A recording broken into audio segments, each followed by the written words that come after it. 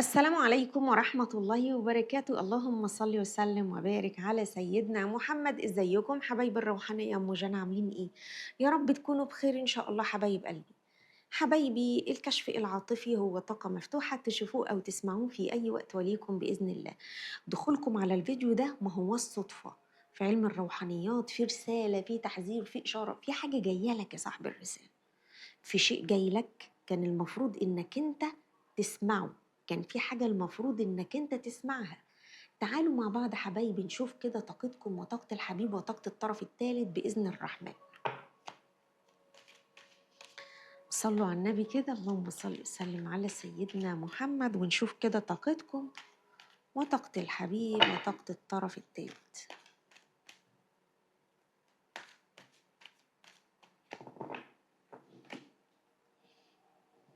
انتوا اتصدمتوا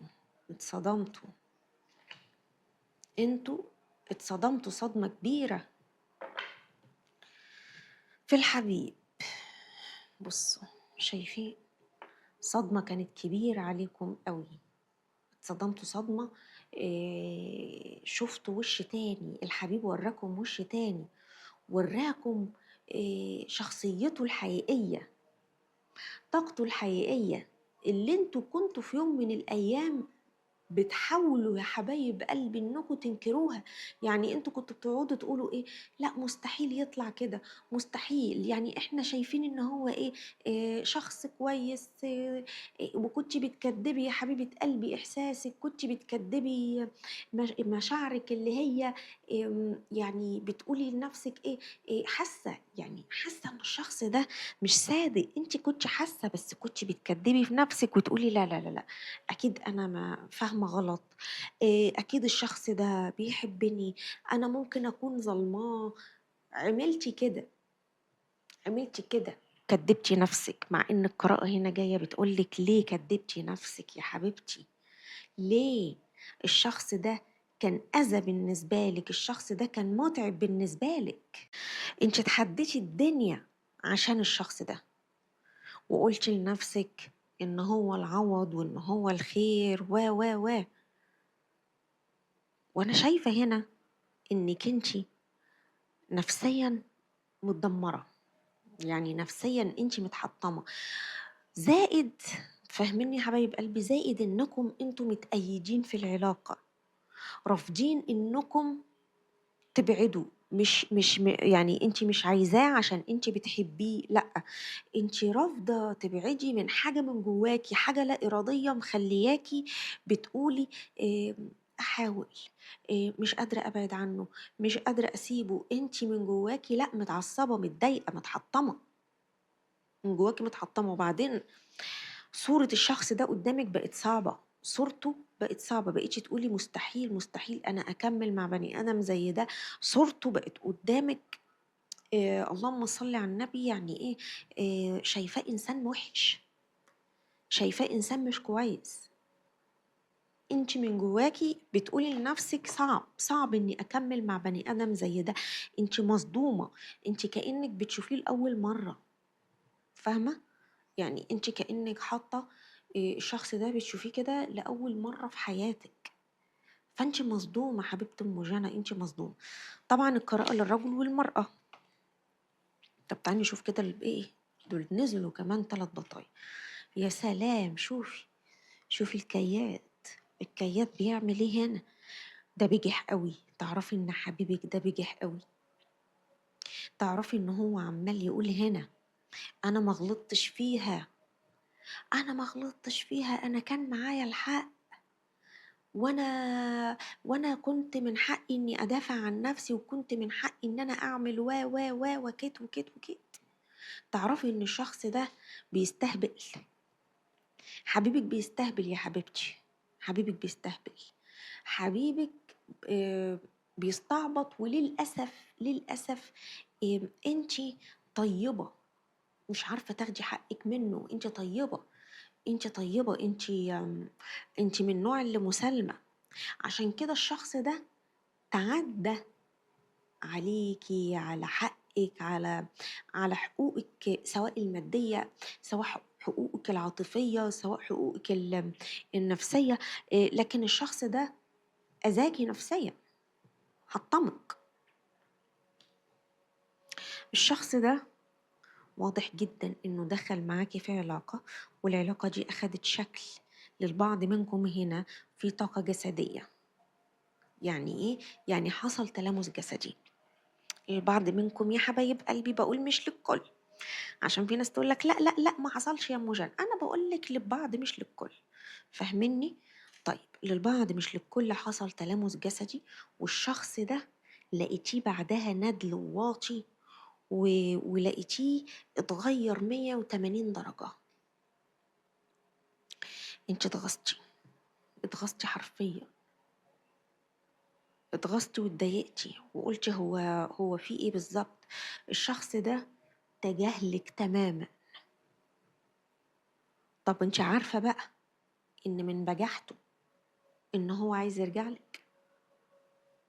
تعرفي ان الشخص ده بيعمل حركات او بيعمل لك امور كده غريبة، او بيعمل لك اشياء كده، زي مثلا جلب، زي طاقة تخاطر ان هو يرجع لك. هيموت ويرجع لك. الشخص ده عنده مشاعر رهيبة، هيموت ويرجع لك. تمام. في هنا بينكم بلوكات، في بينكم تباعد، في بينكم بلاد، في بينكم مسافات طويلة. لكن يا حبيبة قلبي ده واحد عايز يرجع، واحد عايز يرجع. طيب الشخص ده، شوفي أنا هقولك على حاجة وخديها كده من أم جنى. الشخص ده الوش الوحش اللي انت شفتيه منه، انت شفتي جزء منه. تتخيلي بقى، تتخيلي بقى يا حبيبتي انك انت شفتي جزء من القذارة اللي هو فيها. برغم يا ام جنى اللي انا شفته ده كله، ايوه يعني الشخص ده مش استبيع معاكي وقالك بالسلامة انا مش عايزك ووقفتي انت، يعني عملتي نفسك ان انت لو سابك هو اللي هيتدمر كنت مفكرة بقى ان هو هيزعل ويتضايق. قام قايلك ايه؟ بص، قام قايلك هنا بالسلام، بالسلام. لما شاف كده، لما انت شفتي كده طبعا اتصدمتي من ضمن الصدمات اللي اتصدمتيها فيه.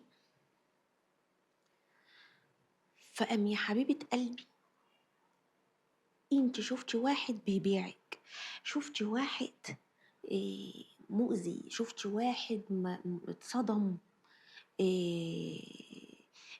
او انت اتصدمتي، شفتي شخص انت صدمك. شوفي صدمتك، بصي صدمتك. بصي يا حبيبتي، بصي انت مصدومة ازاي. انت ما شفتيش شوية على فكرة. الشخص ده يعمل معاكي افعال سودة، وكنت متخيلة في كل مرة انه هيكون احسن من المرة اللي قبلها، او يعني في كل مرة بترجعوا لبعض ان هو الشخص ده لا هيبطل، لا هيتنيل على عينه ان هو يبطل. مفيش فايدة. تمام. طيب ايه هنا بيحصل تاني؟ اللهم صل على النبي. شايفة حبيبة قلبي ان الشخص ده هيرجع لك بإذن الرحمن.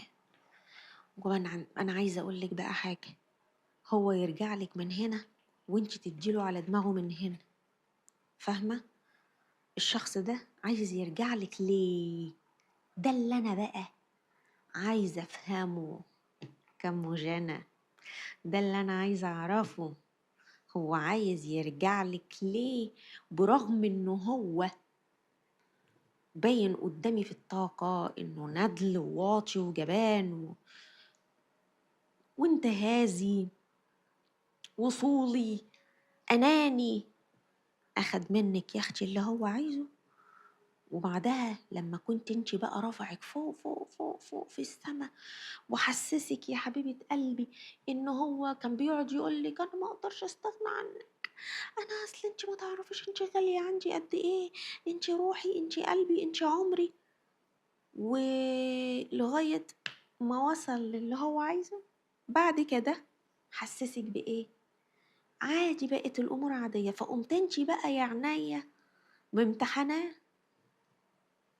قلت له ايه؟ قلت له اللهم صل على النبي، قلت له انا الوضع ده مش عاجبني و وفي منكم هنا اللي شك انه كان بيعرف حد تاني. فانت اتحركتي بسرعه، ابتديتي تتحركي وابتديتي تحسي ان في خطر، واخده بالك؟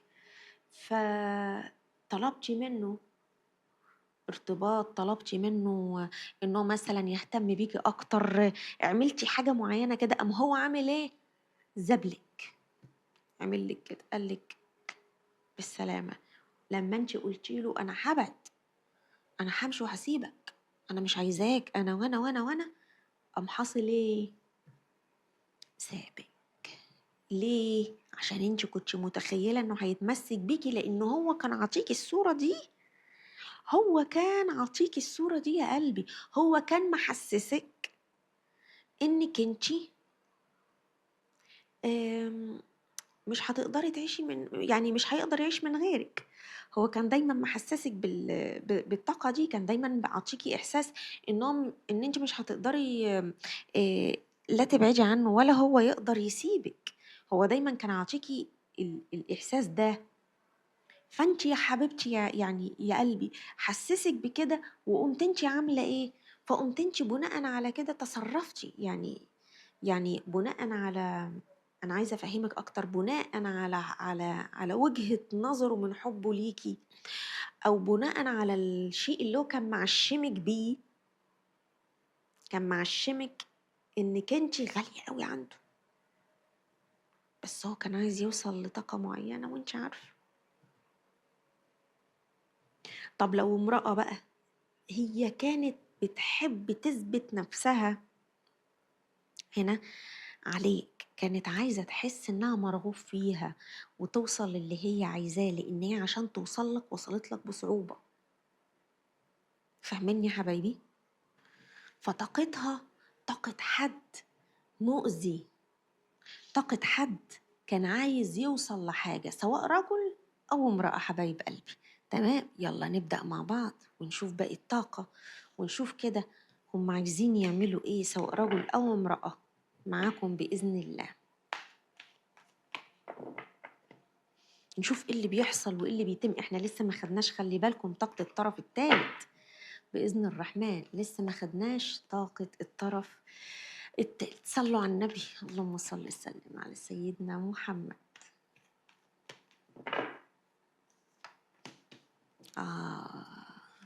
استني بقى يا حلوة، استني يا حلوة، ماشي ناخد البطاقة دي كمان. أنا كنت ناوية أنزل ب3 بطايق، بس قامت إيه طلع لي بطاقة رابعة. ماشي، اللهم صل على النبي. بصي بقى يا حلوة، بصي، لا إله إلا الله محمد رسول الله، كل حاجة باينة على المكشوف. مم. بصي يا حبيبتي، الشخص ده حبيبك يا حلوة، عايز يرجع لك عشان يسيطر عليكي. لقاكي قويتي شوية، فاهمة؟ لقاكي انت عرفتي اللهم صل على النبي، عرفتي تعيشي من غيره، فاهمة؟ وهو أناني، احنا اتفقنا ان هو شخص أناني، شخص ما بيفكرش الا في نفسه. فاهمة حبيبة قلبي؟ هو عايز يرجع لك بس عشان يثبت لنفسه انه لسه مرغوب فيه. بس هو مش فاهم كده، بمعنى يعني مش هو في قرارة نفسه ما بيبقاش حاسس انه عايز يرجع لك عشان يثبت لنفسه، لا دي حاجة لا إرادية منه. بصي شوفي عايز يعمل فيكي ايه، بصي يا خايبة، بصي عايز هو اللي يبقى مسيطر. لقاكي انتي فوقتي، رجعتي لكيانك، ابتديتي تهتمي بنفسك. اهو لقاكي كده ابتديتي تهتمي بنفسك. اما لقاكي يا اختي ابتديتي تهتمي بنفسك، قام عامل ايه؟ قاعد يبص عليكي. اهو كان قاعد يبص عليكي. شوفي، حطيتي راسك براسه، حطيتي أنفك بأنفه. لما عملتي كده شاط ولع ولع. بصي بصي بقى يعمل ايه معاكي هنا. بصي بقى يراقبك، واقف لك هنا من ورا باب بيتصنط عليكي. على فكرة يا بنت انت هيجيلك حد يفرح قلبك ان شاء الله. في عدل جايلك بإذن الله، في فرح جايلك، في شخص جايلك هيدخل حياتك بإذن رب العالمين. تمام. تعالي كده نشوف الشخص ده. يعني انا حاسه كده، والعلم عند الله ولا يعلم الغيب الا الله سبحانه وتعالى، ان انت جايلك عوض كبير قوي وجايلك خير كبير قوي يا حبيبتي. تعالي كده نشوف يا حبيبه قلبي من الكتاب الروحاني الطاقه بتاعتك هتقولك ايه. يعني هو عايز يقولك ايه الكتاب الروحاني. حبايب ام جنى، اللهم صل على النبي. اوعوا تنسوا اللايك، اوعوا تنسوا اللايك. انزلوا بسرعه حطوا لي اللايك واكتبوا لي كومنت كده. كل حد فيكم يكتب يقول لي هو منين. اللهم صل على النبي. بيقول لك كنت مخبي عليك سر المؤذي. بيقول لك كنت مخبي عليك سر. انا كنت عايزه اعمل لك زوم بس كنت مخبي عليك سر. طب تعالي ناخده طاقه كمان. انتوا ليكوا هنا 3 طاقات. من ايه؟ من الحبيب. اهو اهو. ماشي ناخده دي. بيقول لك سامحني كنت ضعيف.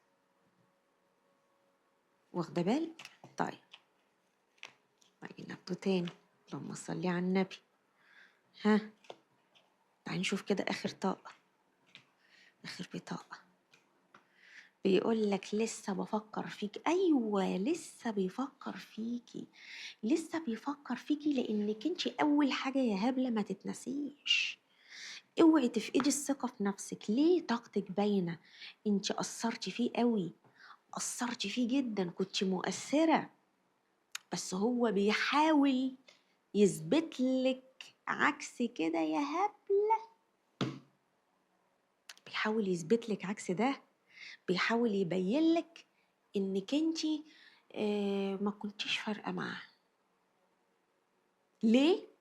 عشان هو ندل. ليه؟ عشان يفضل مسيطر عليكي. ليه؟ عشان هو شخص بيحاول على قدر الامكان يكون له ضحايا، فيقوم حاسس بقيمته ويقعد يقول بقى انا كنت بعرف دي عملت كذا، ودي قصتي كانت معاه كذا، ودي مش عارف ايه، ودي مش عارف ايه. ليه؟ عشان هو انسان ندل.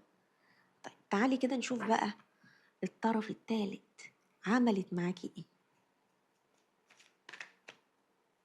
او مع الحبيب، او هي عامله ايه دلوقتي. اللهم صل على النبي.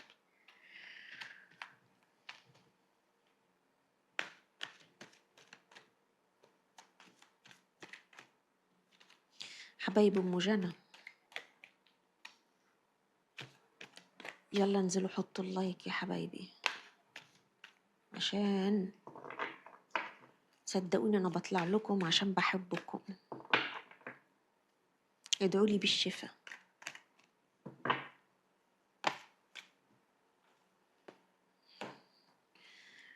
بصي الطرف الثالث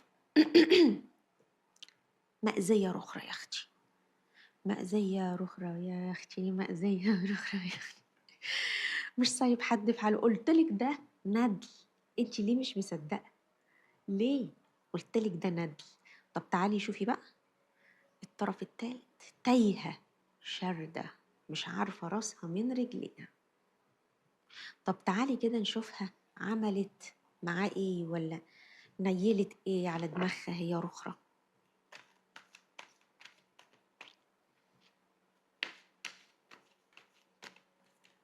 لا إله إلا الله محمد رسول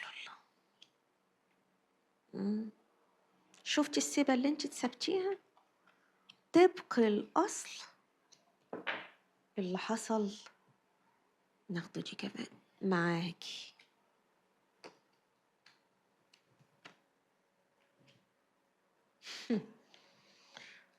تعرفي ان هو حاليا قاعد كده وما عندوش حد او معهوش حد؟ يعني في منكم هنا اللي لو هي مصممة بقى وخلاص بعد كل اللي عرفتيه عنه وعايزة ترجعي له، ده الوقت المناسب ان شاء الله ان انت ترجعي له فيه. الشخص ده نفس اللي عمله معاكي عمله مع الطرف التالت، بس هو دلوقتي قاعد مسبول، مش عارف لا يروح لك ولا يروح لها. فهو دلوقتي كرامته ناقحة عليه قوي وكبرياءه. تعالوا نشوفوا كده هي ناوية تعمل ايه. هي منهارة، بس نشوف ناوية تعمل ايه او ايه حصل ما بينهم. بصي، الطرف الثالث هنا متعددة العلاقات، إنسانة شهوانية جدا، فهو عايزها ترجع له. ليه؟ عشان نزواته. ليه؟ عشان هو شخص أصلا آه، مش مظبوط. وانت فاهميني يا حبايبي؟ طبعا القراءة للرجل والمرأة، بس هو شخص مش مظبوط، مش تمام من الآخر.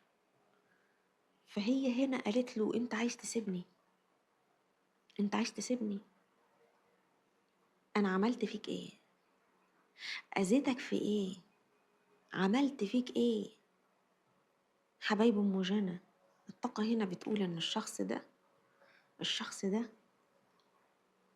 يمكن عايز يرجع لك وعايز يتأسف وهيتجنن. بص شوفوا اهو، هيتجنن انه يرجع لك، بس عشان ايه؟ عشان ايه بقى؟ عشان يسيطر عليك. هو مشى وساب الطرف التالت، مشى وكان حاسس انه ظالمها على فكرة، برضه عشان تبقوا فاهمين النقطة دي، وكان حاسس انه ظالمها. بس القراءة بتقولك هنا او بتقولك انسى الحوارات دي، انسى الحوارات دي. الشخص ده هيلففك الدويخة. تعالوا كده نشوفوا طاقة ايه، بطاقات كده الملائكة. تمام، وعندنا هنا كمان العاطفة. بس تعالوا كده نشوف بطاقة ايه، بطاقات الملائكة الأول. نشوف كده الطاقة دي هتقول لنا ايه، رسائل الملائكة تقول لنا ايه في العلاقة.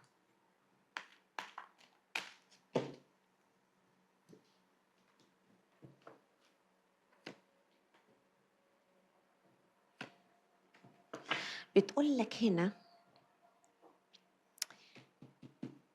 انت ناوي انك انت تبعد. تمام، ناوي تبعد يا صاحب الرسالة. فبتقول لك ما تتوقفش عن اللي انت فيه، وبتقول لك إذا آمنت فعلا إن الشخص ده مؤذي ابعد. وبيقول لك كمان هنا التأمل يجلب الإجابات. ليه أنا وريتكم الكارت ده أهو؟ لا تتوقف أهو، إذا آمنت. تمام، ليه أنا وريتك البطاقة دي كده وحابة إني أنا أخليك تشوفها يا صاحب الرسالة؟ ليه؟ عشان عايزاكوا تقعدوا فعلا تتأملوا بنفس هذا المنظر. أنا عايزاكم تقعدوا تتأملوا، تعيشوا حالة التأمل وحالة الطاقة كده بتأمل كبير كده، لأنك هتوصل لإجابات معينة محدش هيعرف يوصلها بإذن رب العالمين. يعني بأمر الله هتوصلها، وانت مش هتعرف توصلها وانت اللهم صل على النبي وانت قاعد تفكر ودماغك مشغولة. فانت محتاج تفضي دماغك، محتاج تقعد يا صاحب الرسالة في جو هادي كده. شفتوا كده الطاقة دي؟ شايفين الطاقة دي؟ أنا عايزاكم تقعدوا كده في جو هادي، طاقة استشفائية جميلة، طاقة هادية حلوة كده بالصلاة على النبي. حبايب أم جنى، تقعدوا كده وإيه وتسترخوا، وهتلاقوا الإجابات جاية لكم كده لغاية عندكم بإذن الله. ربنا ينصركم على من يعاديكم ويفرحكم ويجبركم ويعطيكم كل اللي انتوا نفسكم فيه. شكرا لكم يا حبايبي. دي الطاقة دي مفتوحة، أنا عايزة أقول لكم الطاقة دي مفتوحة، تشوفوها أو تسمعوها في أي وقت. تمام، انتظروني بكرة. يلا حبايبي، مع ألف سلامة وربنا يكبر بخاطركم. وعايزة أقول لكم العوض جاي. العوض جاي بإذن الله، وجاي لك بشارة وجاي لك رسالة إن في حد من نصيبك حلو وشكله، يعني بص ممكن شكله يبقى إيه اللي هو العادي، إيه لا وسيم ولا هو إيه ولا هو مش وسيم، بس شكله حلو. جاي لك شخص هيعوضك خير بإذن الله ويفرح قلبك، صونه وحافظ عليه. شكرا لكم يا حبايبي، والسلام عليكم ورحمة الله وبركاته.